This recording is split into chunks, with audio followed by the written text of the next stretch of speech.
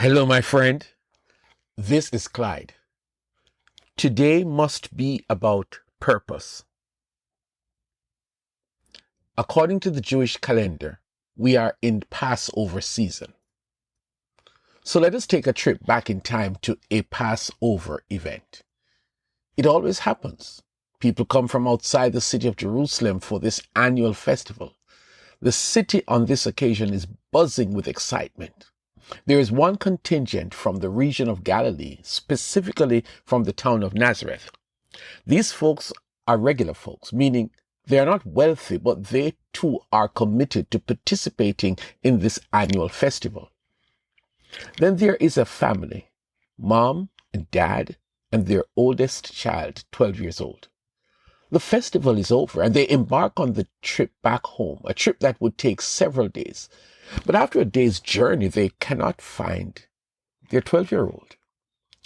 So they turned back to go look for him.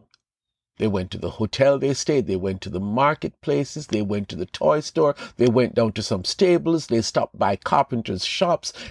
And the last place they went to was the temple. It's been 3 grueling days. And by now, mom is in tears and dad is hopeful but nervous. Bingo! They found him in the outer courts of the temple, comfortably hanging out with some adults, teachers, priests, legal minds. It would be a moment that many parents would be delighted to witness, but not Mary and Joseph.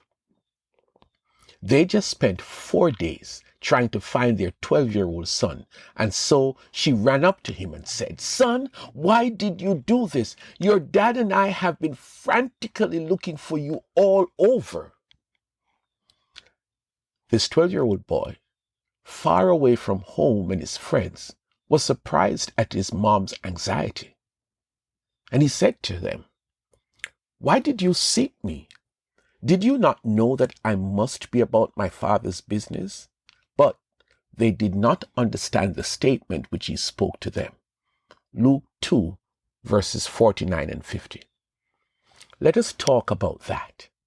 Being about my father's business. At 12 years old, Jesus was well aware of why he was here, that he was not any old 12-year-old kid, that he was here for purpose. At 12 years old, he was caught between the reality of growing up in Mary and Joseph's household, which he recognized, but deep inside he has always known that his life was different, and by now he was walking in purpose. And the child grew and became strong. He was filled with wisdom and the grace of God was on him. Luke 2, verse 40. He was no ordinary child.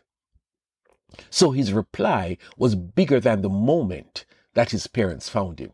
He was very clear that his father's business has to be done now, not when his parents thought it should be, not when everything was right. His father's business is a now thing. Jesus never lost sight of his mission, whether at 12 years old or 30, a mission that could not wait. On one occasion, many years later, Jesus was on the verge of healing a blind man, and his disciples stopped and asked him, "Why was this man born blind?"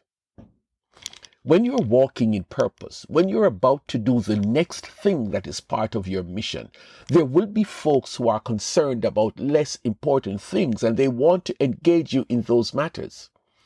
Jesus was consumed with purpose as he responded to them in a most profound manner. Jesus answered, "Neither this man nor his parents sinned, but that the works of God should be revealed in him. I must work the works of him who sent me while it is day. The night is come when no one can work. As long as I'm in the world, I am the light of the world." John 9, verses 3 to 5. At 12, he knew what he was about, and it could not wait. At 12, he explained to his parents why he was not with the crowd returning to Nazareth, because his purpose was a now purpose. They did not understand him then. Now he is in his 30s and actively walking in his calling. Every day was a day of fulfilling purpose. There was no accident when he healed someone or fed thousands of people with a boy's lunch, or when he walked on the sea, when he spoke 3 words to a raging storm, "Peace, be still."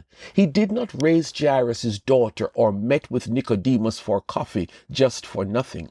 Everything was about purpose, doing his Father's business.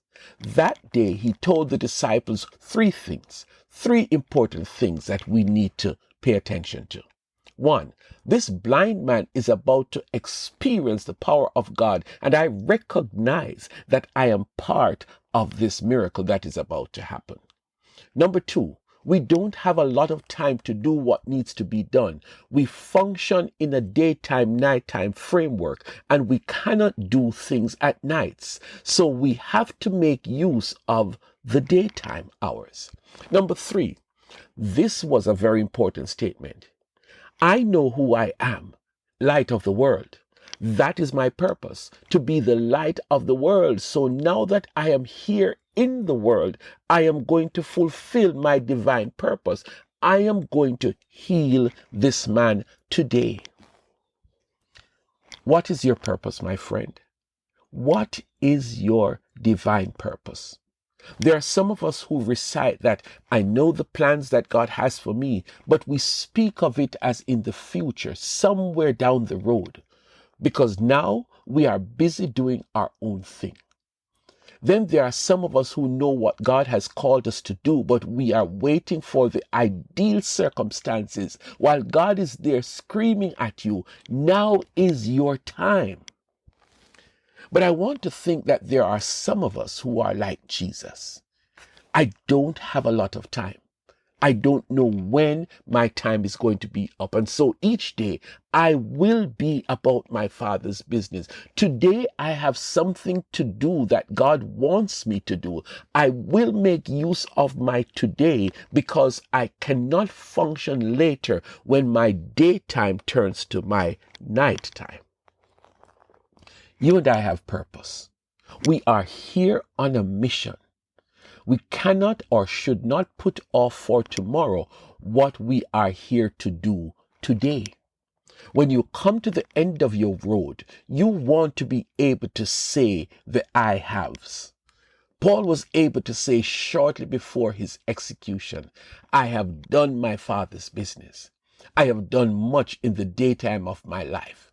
I have fought the good fight. I have finished my race. I have kept the faith. 2 Timothy 4 and verse 7. When you come to the end of your time here on earth, please be able to say, I have walked in my purpose. I have done what God wanted me to do. I have no regrets about doing other things apart from fulfilling God's purpose for my life. Today, my friend, now is your moment of purpose. Do not put off for tomorrow what God has called you to do now.